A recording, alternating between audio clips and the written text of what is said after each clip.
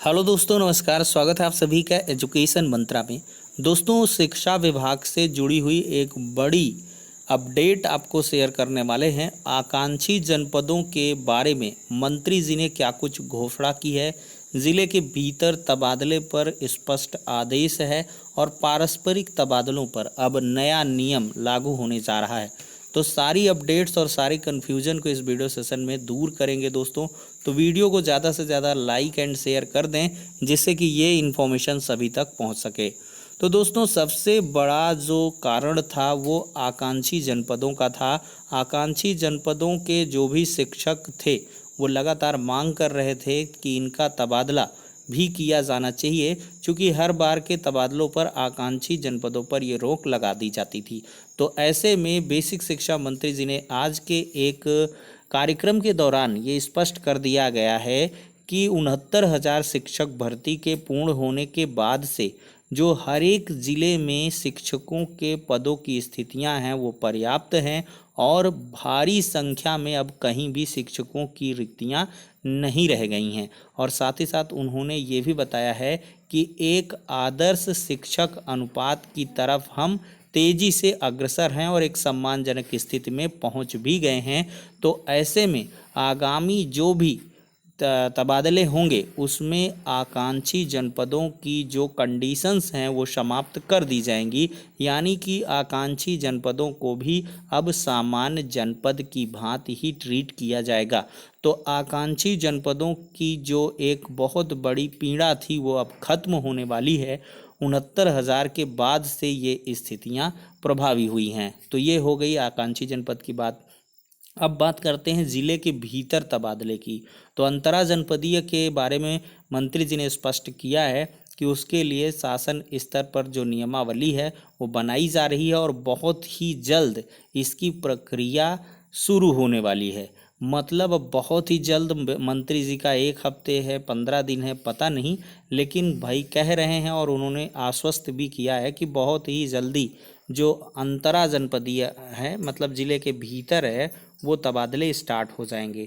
तो सबसे पहले उनका स्टेटमेंट देख लेते हैं। नहीं, एक तो जो अंतर जनपदीय स्थानांतरण का मतलब जो एक ज़िले से दूसरे ज़िले में होता है, एक बड़ी समस्या उत्तर प्रदेश में रही है कि जो आकांक्षी जनपद थे वहाँ से स्थानांतरण कम हो पाते थे। लेकिन चूंकि प्रदेश की योगी सरकार ने पिछले साढ़े चार साल में 1,25,000 से अधिक शिक्षकों की भर्ती की है। अब प्रदेश में शिक्षकों की कमी नहीं है, इसलिए आगे जो भी अंतर जनपदीय स्थानांतरण होंगे उसमें आकांक्षी जनपदों में भी अधिक संख्या में स्थानांतरण हो सकेंगे, ये मैंने कहा है। दूसरी बात यह है कि जिले के भीतर जिसके लिए अंतरा जनपदीय शब्दावली का प्रयोग करते हैं, जिले के भीतर कोई व्यक्ति अगर अपने सुविधाजनक स्थान पर जाना चाहता है, एक ब्लॉक से दूसरे ब्लॉक में कोई शिक्षक जाना चाहता है, तो उसकी प्रक्रिया विभाग तैयारी कर रहा है, वो जल्दी शुरू करने वाले हैं। और एक सुविधा हम दे रहे हैं कि जो म्यूचुअल ट्रांसफ़र है, जो एक शिक्षक दूसरे शिक्षक के स्थान पर जाता है, उसके लिए हम ये व्यवस्था बना रहे हैं कि वर्ष पर्यंत जब भी किसी एक शिक्षक को अपनी जगह पर कोई दूसरा शिक्षक दूसरे जनपद का मिलेगा या जिले में भी कोई म्यूचुअल ट्रांसफ़र की बात होगी तो उसकी सुविधा वर्ष पर्यंत उपलब्ध करा सके, उसकी भी व्यवस्था बना रहे हैं। सर, कब तक होगा आकांक्षी जनपद? समय सीमा तो बता दीजिए। कब तक? आप 6 महीने से सर यही बोल रहे हैं कि अगली बार होगा। आकांक्षी जनपद जिन मामलों में पिछड़े हैं, स्वास्थ्य और शिक्षा के मामले में उन सुविधाओं को बेहतर बनाया जाए। वहां डॉक्टरों और शिक्षकों की या विकास विभाग से जुड़े हुए अधिकारियों के पद रिक्त नहीं होने चाहिए। इसलिए जब भी स्थानांतरण होते हैं तो अन्य जनपदों की तुलना में इन जनपदों में कम हो पाते हैं।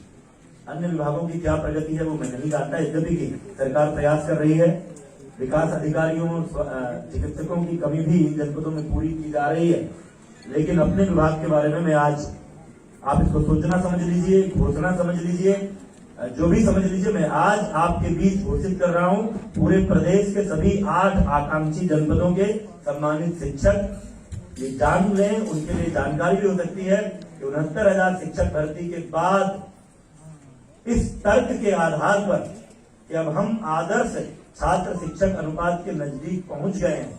अब हमारे किसी भी जनपद में शिक्षकों की बड़ी संख्या में कमी जो पहले हुआ करती थी वो नहीं है। उस कमी को हम पूरा करने में सफल रहे हैं। इसलिए भविष्य में जो भी अंतर जनपदीय स्थानांतरण होंगे उसमें आकांक्षी जनपदों पर कोई प्रतिबंध नहीं रहेगा। तो दोस्तों, दोनों स्टेटमेंट को देखने के बाद हम इस मोड़ पर या इस निष्कर्ष पर पहुंच सकते हैं कि पारस्परिक तबादलों पर अब बहुत ही बेहतरीन नियम लागू होने जा रहा है कि पारस्परिक तबादले की स्थिति में आपको कभी भी किसी भी वक्त जो तबादला है वो मिल जाएगा। इसमें शासन स्तर से एक नियम बना दिया जाएगा कि किसी का भी अगर म्यूचुअल साथी, इसको कुछ यूँ समझें कि कोई अगर कह लें कि बाराबंकी का है और कोई सुल्तानपुर का है और दोनों पारस्परिक तबादला चाहते हैं, तो सत्र के बीच में भी एक ज़िले से दूसरे ज़िले में, ज़िले के भीतर कभी भी पारस्परिक तबादला हो सकता है। इसमें कोई भी कंडीशन नहीं होगी।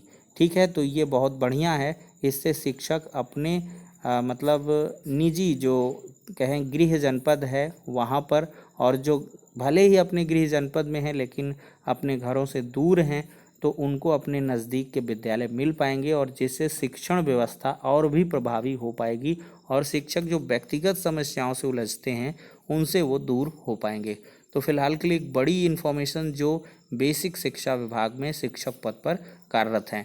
तो ठीक है, नेक्स्ट वीडियो में मिलते हैं।